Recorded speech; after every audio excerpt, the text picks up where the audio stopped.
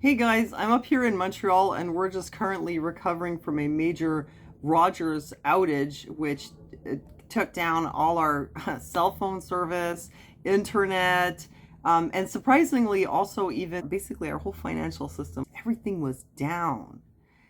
The network outage affected several mobile and internet services, banks, debit purchases, passport offices, and Canada's ArriveCan app. That was the good part. A lot of people were happy that stupid thing wasn't working for once. Virtually any business or service that relies on Rogers for internet or mobile connection is warning customers that debit machines, ATMs, or phone lines are not working. So that affected everything from restaurants, school boards, banks, and even emergency services. Yeah, even 911 wasn't working. The bike share system wasn't working. The school board cell phones were not working. Interac was not working. And Metrolink. I mean, really just everything. And I want to show you this map here on Down Detector. Interac user reports indicate problems at Interac. Look at this map. See this? Canada. All major cities. I mean, really, it was all across the country, but these red spots are the major cities, of course. So this was a nationwide outage, basically, of our electronic payment system. I went to the dollar store and they said, we can only accept cash. Lucky for me, I'm one of those old people who still carry some cash. But wow, turns out everything was connected to Rogers. It turns out that Rogers has a monopoly on not only largely the phone service, but also on all these automatic payment services. So if anything goes wrong with Rogers, the whole country's payment grid just goes down. That's what happened. So what happened? They said these are typically very routine updates in our core network. That update caused some of the routers in our system to malfunction, and that malfunction caused traffic overload. And as a result of that, the whole system just shuts down and the network became inoperable to our customers.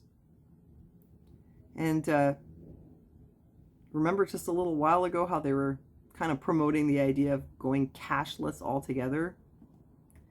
Good thing we hadn't gone cashless by July 8th, 2022, or we would have really been screwed. Worse than we were with this. Some people had messaged me that maybe this had to do with the CyberPolygon exercises, which had been scheduled to be held on July 8th. Because it was weird. This was July 8th, and here we are having what appeared to be a cyber pandemic. But it turns out that CyberPolygon was actually not held yesterday. It's been postponed, and as far as I know, they haven't said when they're going to be holding it. But it still seemed kind of weird that on the day they were going to have it, we end up having this nationwide outage of our whole Rogers network system, affecting absolutely everything. Don't you find this kind of strange? I mean, I know they said it was, oops, the network got overloaded, oops. But I kind of wonder whether maybe it wasn't actually some kind of like live exercise or like a live test. Just speculating here.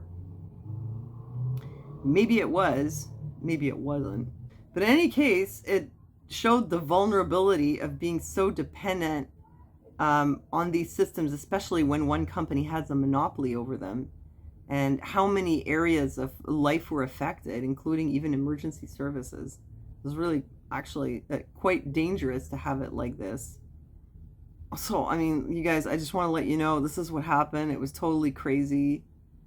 I was still able to use the internet because I have Bell internet, and because of that I was able to stay in touch with my friends through Facebook, and my messaging was still working on my phone. I'm not really sure why, but anyway, so that's what happened. It's pretty crazy to think that our government wants us to go more cashless, more electronic. They want everything to be a digital wallet, a digital ID, a digital wallet. Imagine if everything is on a digital wallet, and even all your IDs and everything is on a digital wallet, and something goes wrong. Well, now you know what would happen. you're just completely screwed.